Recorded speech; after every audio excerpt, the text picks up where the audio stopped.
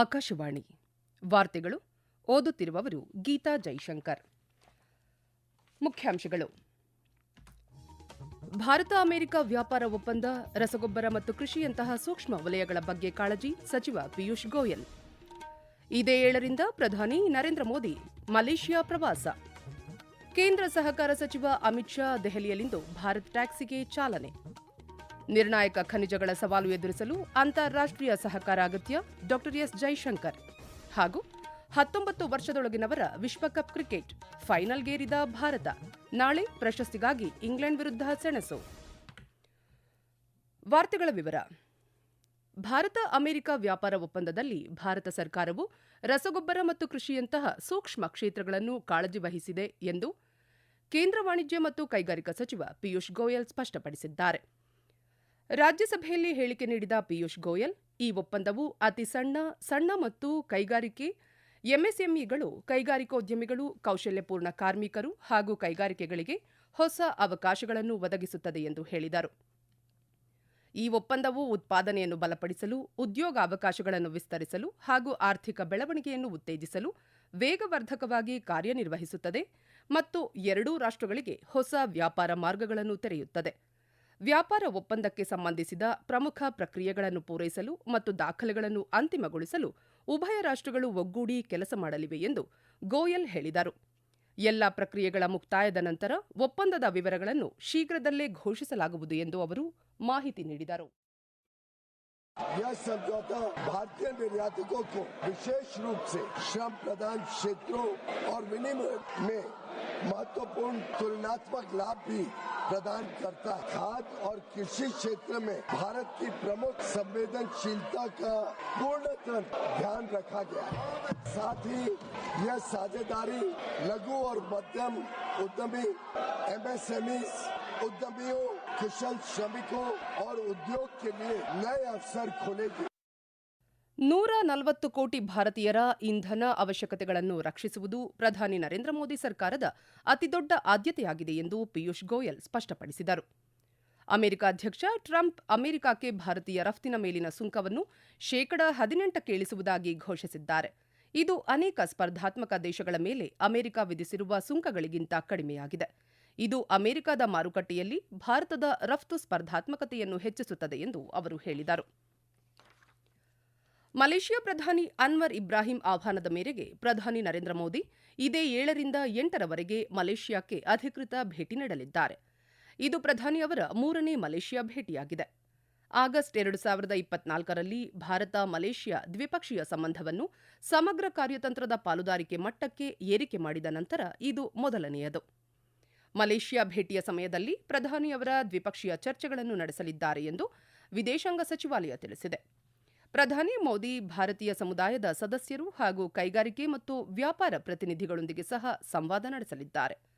ಭಾರತ ಮತ್ತು ಮಲೇಷ್ಯಾ ಐತಿಹಾಸಿಕ, ನಾಗರಿಕ ಹಾಗೂ ಸಾಂಸ್ಕೃತಿಕ ಸಂಪರ್ಕಗಳ ಆಧಾರದ ಮೇಲೆ ದೀರ್ಘಕಾಲದ ಸ್ನೇಹದ ಬಂಧಗಳನ್ನು ಹಂಚಿಕೊಳ್ಳುತ್ತವೆ.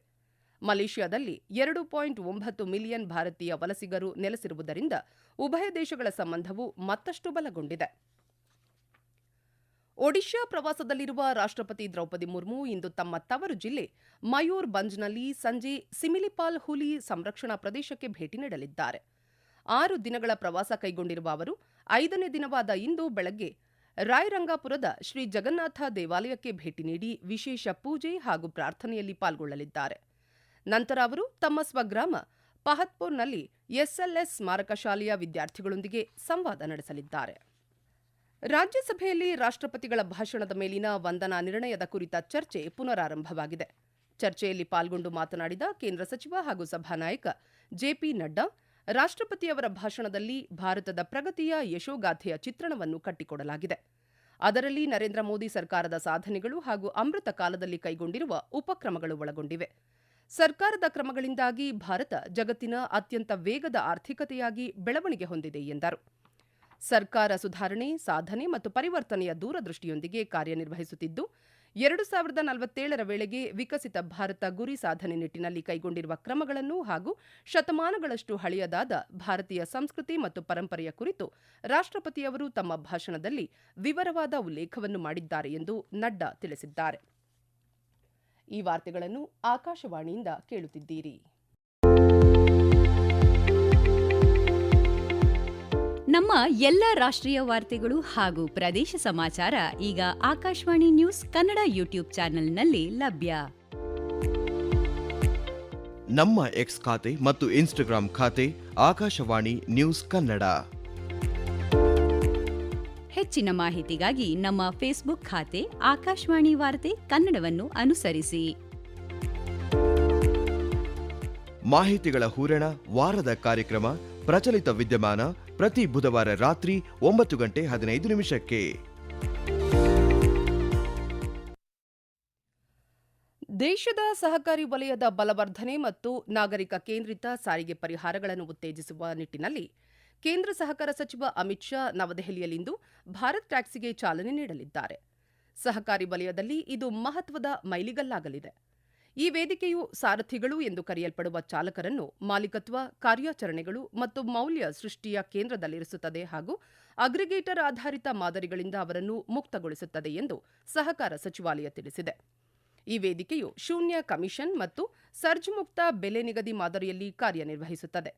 ಚಾಲಕರಿಗೆ ಲಾಭದ ನೇರ ವಿತರಣೆಯೊಂದಿಗೆ ಆರೋಗ್ಯ ವಿಮೆ, ಅಪಘಾತ ವಿಮೆ, ನಿವೃತ್ತಿ ಉಳಿತಾಯ ವ್ಯವಸ್ಥೆಯ ಮೂಲಕ ಭಾರತ್ ಟ್ಯಾಕ್ಸಿ ಸಾರಥಿಗಳಿಗೆ ಸಾಮಾಜಿಕ ಭದ್ರತೆಗೆ ಆದ್ಯತೆ ನೀಡುತ್ತದೆ ಎಂದು ಸಚಿವಾಲಯ ಉಲ್ಲೇಖಿಸಿದೆ. ಬೈಕ್ ದೀದಿಯಂತಹ ಉಪಕ್ರಮಗಳನ್ನು ಜಾರಿಗೆ ತರಲಾಗುತ್ತಿದೆ.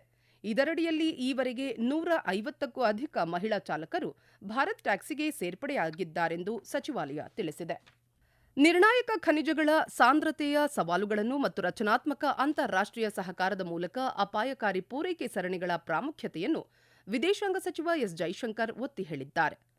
ಕಳೆದ ರಾತ್ರಿ ವಾಷಿಂಗ್ಟನ್ ಡಿಸಿಯಲ್ಲಿ ಅಮೆರಿಕದ ವಿದೇಶಾಂಗ ಕಾರ್ಯದರ್ಶಿ ಮಾರ್ಕೊ ರುಬಿಯೋ ಅವರು ಆಯೋಜಿಸಿದ್ದ ನಿರ್ಣಾಯಕ ಖನಿಜಗಳ ಸಚಿವರ ಸಭೆಯನ್ನು ಉದ್ದೇಶಿಸಿ ಮಾತನಾಡಿದ ಡಾ ಜೈಶಂಕರ್, ನಿರ್ಣಾಯಕ ಖನಿಜಗಳ ಮೇಲಿನ ಫೋರ್ಜ್ ಉಪಕ್ರಮಕ್ಕೆ ಭಾರತದ ಬೆಂಬಲವನ್ನು ತಿಳಿಸಿದರು.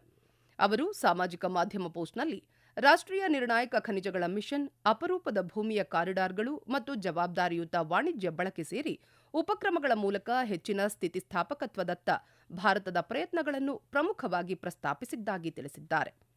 ಸಚಿವರ ಸಭೆಯ ಆರಂಭದ ಮೊದಲು ಡಾ ಜೈಶಂಕರ್ ಅವರು ಕೆನಡಾದ ವಿದೇಶಾಂಗ ಸಚಿವೆ ಅನಿತಾ ಆನಂದ್ ಮತ್ತು ಸಿಂಗಾಪುರದ ವಿವಿಯನ್ ಬಾಲಕೃಷ್ಣನ್ ಸೇರಿದಂತೆ ಹಲವಾರು ಜಾಗತಿಕ ಸಹವರ್ತಿಗಳನ್ನು ಭೇಟಿಯಾದರು. ಅಲ್ಲದೆ Jaishankar Netherlands, Italy, Malaysia, Bahrain, Mongolia, Poland, Romania, Israel ಮತ್ತು ಉಜ್ಬೇಕಿಸ್ತಾನ್ ರಾಷ್ಟ್ರಗಳ ತಮ್ಮ ಸಹವರ್ತಿಗಳೊಂದಿಗೆ ಸಂವಹನ ನಡೆಸಿದರು. ಮಣಿಪುರದಲ್ಲಿ ರಾಷ್ಟ್ರಪತಿ ಆಳ್ವಿಕೆಯನ್ನು ರದ್ದುಗೊಳಿಸಲಾಗಿದೆ ಮತ್ತು ಬಿಜೆಪಿ ಶಾಸಕ ಯುಮ್ನಾಮ್ ಖೇಮ್ಚಂದ್ ಸಿಂಗ್ ಮಣಿಪುರದ ಮುಖ್ಯಮಂತ್ರಿಯಾಗಿ ಪ್ರಮಾಣ ವಚನ ಸ್ವೀಕರಿಸಿದ್ದಾರೆ. ಗೃಹ ಸಚಿವಾಲಯವು ಮಣಿಪುರದಲ್ಲಿ ರಾಷ್ಟ್ರಪತಿ ಆಳ್ವಿಕೆಯನ್ನು ತಕ್ಷಣದಿಂದ ಜಾರಿಗೆ ಬರುವಂತೆ ರದ್ದುಗೊಳಿಸಿರುವುದಾಗಿ ಅಧಿಸೂಚನೆ ಹೊರಡಿಸಿದೆ. ಹಿಂದಿನ ಮುಖ್ಯಮಂತ್ರಿ ಎನ್ ಬಿರೇನ್ ಸಿಂಗ್ ರಾಜೀನಾಮೆಯ ನಂತರ 2025 ಫೆಬ್ರವರಿ 13ರಿಂದ ರಾಜ್ಯದಲ್ಲಿ ರಾಷ್ಟ್ರಪತಿ ಆಳ್ವಿಕೆಯನ್ನು ವಿಧಿಸಲಾಗಿತ್ತು ಮತ್ತು 2027 ಮಾರ್ಚ್ವರೆಗೆ ಅಧಿಕಾರಾವಧಿಯನ್ನು ಹೊಂದಿರುವ ಮಣಿಪುರ ವಿಧಾನಸಭೆಯನ್ನು ಅಮಾನತಿನಲ್ಲಿ ಇರಿಸಲಾಗಿತ್ತು. 19 ವರ್ಷದೊಳಗಿನವರ ವಿಶ್ವಕಪ್ ಕ್ರಿಕೆಟ್ನ ಫೈನಲ್ನಲ್ಲಿ ನಾಳೆ ಭಾರತ, ಇಂಗ್ಲೆಂಡ್ ಪರಸ್ಪರ ಪ್ರಶಸ್ತಿಗಾಗಿ ಸೆಣಸಲಿವೆ. ಬುಲೋವಯಾದಲ್ಲಿ ನಡೆದ ಮೊದಲ ಸೆಮಿಫೈನಲ್ನಲ್ಲಿ ಇಂಗ್ಲೆಂಡ್ ಹಾಲಿ ಚಾಂಪಿಯನ್ ಆಸ್ಟ್ರೇಲಿಯಾವನ್ನು 27 ರನ್ಗಳಿಂದ ಸೋಲಿಸಿತ್ತು. ಭಾರತ ತಂಡವು ಟೂರ್ನಿಯಲ್ಲಿ ಅಜೇಯವಾಗಿ ಉಳಿದಿದೆ. 19 ವರ್ಷದೊಳಗಿನ ವಿಶ್ವಕಪ್ ಕ್ರಿಕೆಟ್ ಇತಿಹಾಸದಲ್ಲಿ ಅತ್ಯಂತ ಯಶಸ್ವಿ ತಂಡವಾಗಿದ್ದು 2000, 2008, 2012, 2018 ಮತ್ತು 2022ರಲ್ಲಿ 5 ಬಾರಿ ಟ್ರೋಫಿಯನ್ನು ಗೆದ್ದುಕೊಂಡಿದೆ. ಕೊನೆಯಲ್ಲಿ ಮತ್ತೊಮ್ಮೆ ವಾರ್ತೆಗಳ ಮುಖ್ಯಾಂಶಗಳು. ಭಾರತ ಅಮೆರಿಕ ವ್ಯಾಪಾರ ಒಪ್ಪಂದ, ರಸಗೊಬ್ಬರ ಮತ್ತು ಕೃಷಿಯಂತಹ ಸೂಕ್ಷ್ಮ ವಲಯಗಳ ಬಗ್ಗೆ ಕಾಳಜಿ, ಸಚಿವ ಪಿಯೂಷ್ ಗೋಯಲ್.